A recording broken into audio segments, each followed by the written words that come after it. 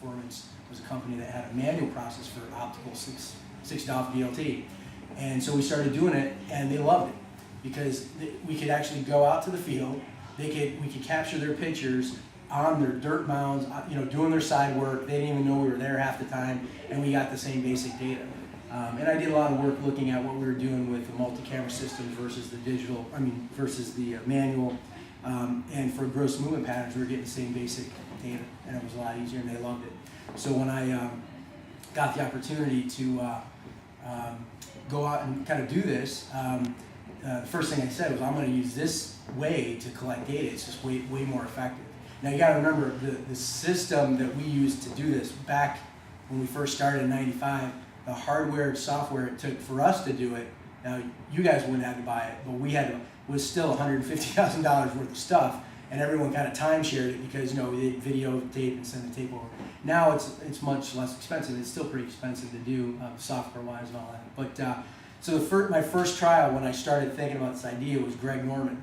I was telling you about Greg was training with Pete Dravich, and Pete was a really good friend of mine and a peer. We did research together at the BioMotion Foundation, and he was really good friends with Greg. On top of being a kind of trainer and therapist, they had a really good relationship. And I said, Pete, can't you get Greg to come on down to the lab? It'd be awesome. He was the top player in the world. And he said, no, he doesn't want to go down there and put the spandex on, a bunch of balls, he's not going to do that. And I said, all right, well. So but when I came up with this, and I said, hey, would Greg do it if all he had to do was videotape? And I said, I'll ask him, and he said, well, yeah, he's still a little skeptical, but he'll do it. So I met him out at the Medalist. I set up my video cameras, got the cube out there, calibrated. He came out, and he just asked me, what do I need to do? And I said, yeah, just do what you normally do for your session here. You're going to hit a bunch of balls. Just do it from this area, and I'll just stay out of your way.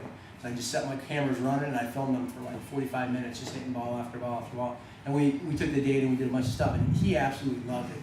And he got to the point where he would actually call me up and say, hey, I'm working on a certain shot out of the bunker back on 12 at the Meadows. Can you meet me back there? I want to get some data. So we'd go set up and watch him hitting shots out of the bunker. He did a bunch of putting stuff before the U.S. Open. I forget which U.S. Open was, Georgia. This is Congressional '97. Yeah. So he was into it big time. He read his own graphs, and he was working a little bit with Ledbetter, and he was working a little bit with Buddy Antonopoulos and these guys, and he would share the data with them, and then obviously with Pete Dravich. So it was really cool, and it's just evolved since then. So that was back in like '95, '96, '97, and the product as it is now is an evolution of what it started out as. I mean, a lot of it looks the same, and the basic concepts are kind of the same, but it's a pretty significant evolution in what we started out doing. But it's still video based, although our product will run on any 3D. So if you've got $200,000 worth of 6-DoF optical stuff, we can run our software right on top of it. But for the ease of people like Dr. Z, who wants to be able to provide this on a clinical level, all he needs is 2 video cameras. And now with the Casios, you can even do high-speed filming, which can be a problem until we fix some of the bugs. But the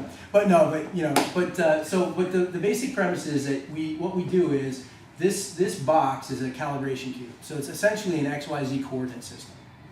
And it essentially becomes an XYZ grid, or like a 3-dimensional grid. And so what we do is, and we're going to do a cycling test here later, you guys can check it out. It's really simple stuff. We film the calibration cube first. So you need at least 2 video cameras to do the math.